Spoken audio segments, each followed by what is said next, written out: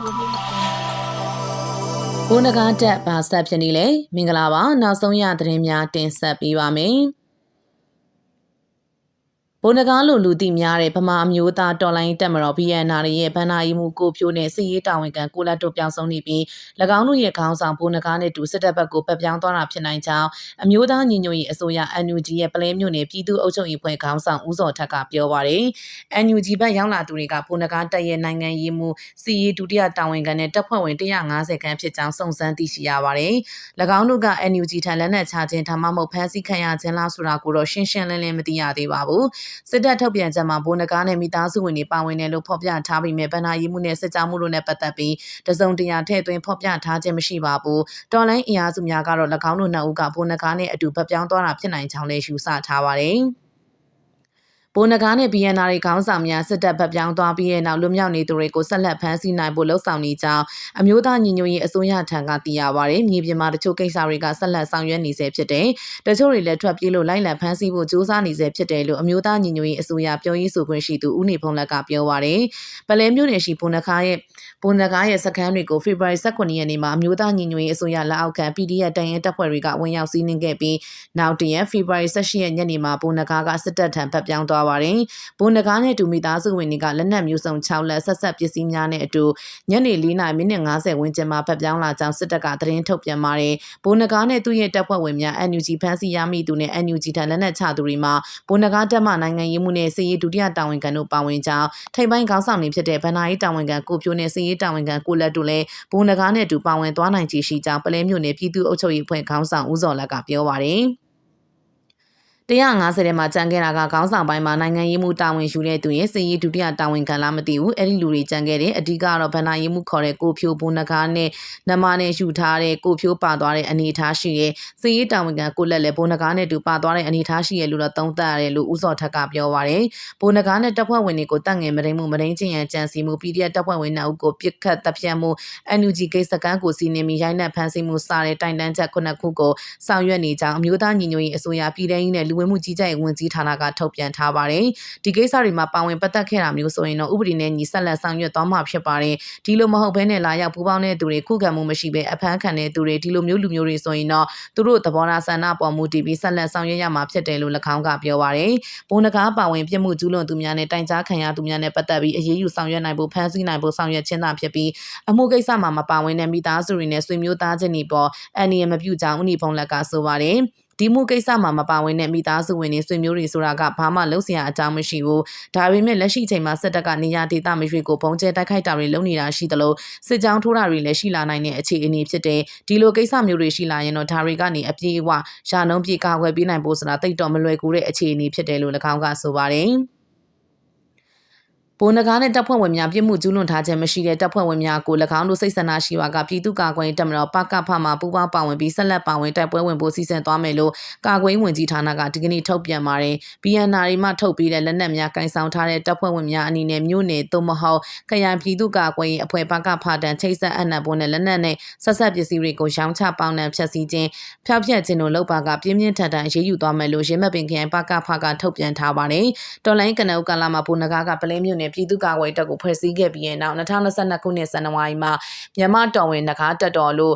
MRDA လို့တည်ထောင်ခဲ့ပြီးတီးခြားရပ်တည်ခဲ့ပါတယ်။ MRDA ကရှမ်းမြောက်ရှိမြန်မာအမျိုးသားဒီမိုကရက်တစ်မဟာမိတ်တပ်မတော် MNDAA ကိုကံရဲ့တပ်မဟာ611လက်အောက်မှာပြည်သူ့လွတ်မြောက်ရေးတပ်မတော် PLA ဗမာပြည်သူ့လွတ်မြောက်ရေးတပ်တော် BPLA တို့နဲ့တူပါဝင်ခဲ့ပြီး2020ခုနှစ်စစ်စင်ရေးမှာတိုက်ပွဲဝင်ခဲ့ပါတယ်။၎င်းတို့ရဲ့တရင်လေးခုကိုရင်းမပင်ခရိုင်ရင်းတွေအဖြစ်သတ်မှတ်ပြီးကာကွယ်ရေးဝန်ကြီးဌာနကအသုံးစိတ်နဲ့လက်နက်များထောက်ပံ့ခဲ့ပါတယ်။ဒါပေမဲ့လည်း NUG နဲ့ဘုန်းတကားတို့အငင်းပွားမှုတွေရှိခဲ့ပြီးတဲ့နောက်တရင်လေးခုမှဘုန်းတကားဦးဆောင်တဲ့ MRDA လက်အောက်မှာနှုတ်ထွက်ပြီး NUG လက်အောက်မှာဆက်လက်ရပ်တည်ခဲ့ပါတယ်။အဲဒီနောက်2023ခုနှစ်စက်တင်ဘာလမှာမြန်မာတော်ဝင်နဂါတက်တော်အပါအဝင် NUG လက်အောက်ခံမဟုတ်တဲ့ဒေသအခြေစိုက်ပြည်သူ့ကာကွယ်ရေးဖွဲ့များပူးပေါင်းပြီးဗမာမျိုးသားတော်လှန်ရေးတပ်မတော် BNR ကိုဖွဲ့စည်းလိုက်ပါတယ်။ BNR နဲ့မဟာမိတ်ဖွဲ့များပူးပေါင်းပြီး2024ခုနှစ်နိုဝင်ဘာမှာပလဲမြို့သိမ်းတိုက်ပွဲဖြစ်4ရက်တာထိုးစစ်ဆင်တိုက်ခိုက်ခဲ့ပြီးတဲ့နောက်စစ်တပ်ရဲ့လေကြောင်းတိုက်ခိုက်မှုကြောင့်ပြန်လည်ဆုတ်ခွာခဲ့ရပါတယ်။အဲ့ဒီမြို့သိမ်းတိုက်ပွဲပြီးမှပလဲနယ်မှာ BNR စီးရေးလှုပ်ရှားမှုတွေငြိမ်သက်သွားပါတယ်။ဒါပေမဲ့လည်း2024ခုနှစ်နှစ်ကုန်ပိုင်းကစပြီး9လကျော်ကြာမြင့်ခဲ့တဲ့ချင်းပြည်နယ်ဖလန်းမြို့သိမ်းတိုက်ပွဲအတွင်းအင်အား60နီးပါးပါဝင်တိုက်ခိုက်ခဲ့ပြီး2ဦးကြာဆုံးခဲ့ကြောင်းချင်းမြို့သားကာကွယ်ရေးတပ်ဖွဲ့ CNDF မှသိရပါတယ်။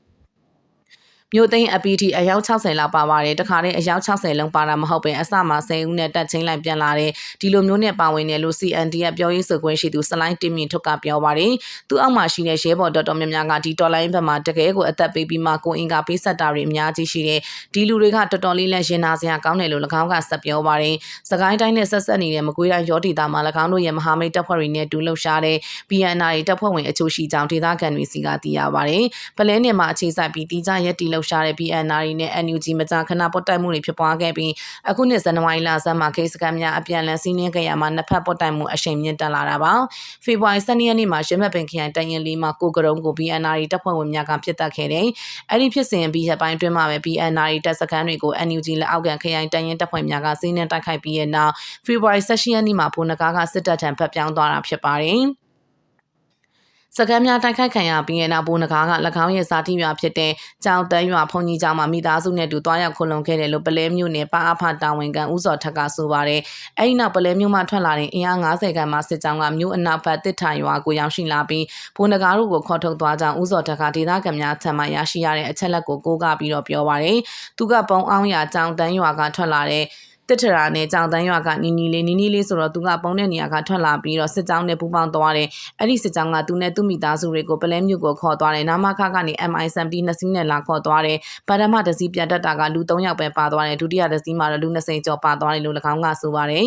လက်နက်ကင်တော်လိုင်းအစကတည်းကပါဝင်ခဲ့ပြီးပလဲမြို့နယ်စားတိလေဖြစ်တဲ့ဘုန်းနဂါဖက်ပြောင်းပြီးရဲ့နောက်လေကြောင်းအန်ရီဆိုရင်ရကြောင်းတော်လိုင်းတပ်ဖွဲ့ဝင်တွေကတတိပေးထားပါတယ်သူမရောက်ဘူးတဲ့နေရာမရှိဘူးပလဲနေသားလည်းဖြစ်တဲ့တော်လိုင်းမှာအစကတည်းကလုံလာပြီးတော့မှဒီလိုမျိုးတစ္ဆာဖောက်သွားတာကတော်လိုင်းရဲဘော်တွေရောပြည်သူလူထုအနေနဲ့ရောနားဆွင့်ပြီးတော့ကြက်အိတ်ကြနူးရမယ့်အခြေအနေရှိတာပေါ့တတိကြီးကြီးထားရမယ့်အခြေအနေဖြစ်သွားတယ်လို့ပလဲမြို့နယ်ဒေသခံကာကွယ်ဖွဲ့ဝင်တအုပ်ကပြောပါတယ်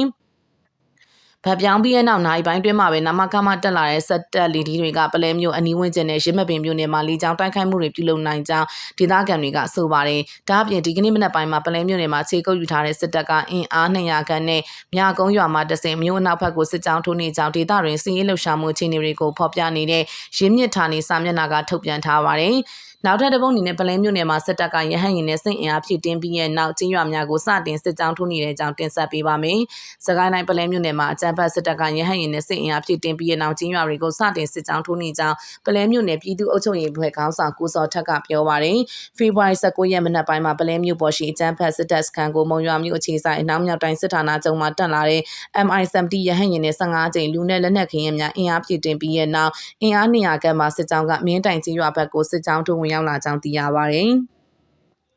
လက်နက်ခရန်ရိတ်ခါပေါ်ပလဲမြို့ပေါ်ကို MI-70 နဲ့အခောက်ခါလာပြီးဖြစ်တင်တဲ့အဲ့ဒီဖြစ်တင်တဲ့အင်အား200လောက်နဲ့မင်းတိုင်မင်းကိုထွက်လာတဲ့ကုတော့သူတို့ကမင်းတိုင်မင်းတော့ရှောက်သွားပြီးမင်းတိုင်မင်းကတစင်ဘယ်ဘက်ကိုစစ်ကြောင်းထိုးမယ်ဆိုတာကခံမှန်းလို့မရသေးဘူးဖိုးဝင်တောင်ဘက်ကိုမုံရွာနာမခကနေလာတဲ့စစ်ကွေးစစ်ကြောင်းတွေရှိတယ်သူတို့စီးရေးရည်ရွယ်ချက်ကဘယ်ဘက်ကိုဥတီသွားမလဲဆိုတော့အခုချိန်မှာဘာမှပြောလို့မရသေးဘူးလို့ပလဲမြို့နယ်ပြည်သူ့အုပ်ချုပ်ရေးဖွဲ့ခေါင်းဆောင်ကိုစောထက်ကပြောပါတယ်ဒါအပြင်မုံရွာမြို့အခြေဆိုင်အနောက်မြောက်တိုင်းစစ်ဌာနချုပ်မှာထွက်လာတဲ့အင်အား800ခန့်မှစစ်တပ်စစ်ကြောင်းကချင်းတွင်းမြစ်ကိုဖြတ်ကူးပြီးညောင်မင်းကြီးကျေးရွာမှာတဆင်စနမိန်ကားရီနဲ့ဖုံဝင်တောင်ဘက်ကိုရောက်ရှိနေကြောင်းအလားတူစလင်းကြီးမြို့မှထွက်လာသောအင်အား100ကျော်ပါစစ်တပ်စစ်ကြောင်းကဝမ်ပေါင်နီတဲပင်ကန်ကျေးရွာမှာတဆင်